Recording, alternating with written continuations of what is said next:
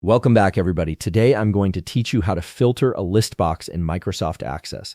This is incredibly useful when you're working with large data sets and want to help users quickly find specific items without scrolling through endless entries. Let's jump right in. Start by opening your Microsoft Access app and loading into your database. Make sure everything loads properly before moving forward. Once the software has fully loaded along with your data, you're ready to begin setting up the filter functionality for your list box. The first thing you need to do is open the form where you have your list box stored. This form should also contain a text box that will act as your search or filter input field. Once you have the form open, head to the Design view. Design view is where you'll configure all the behind-the-scenes functionality that makes your form interactive and user-friendly. Now click on the text box to highlight it. After selecting it, look at the right side panel of your screen where the property sheet is located. This panel contains all the settings and configurations for the selected element. From here, you need to look for the Event tab and click on it.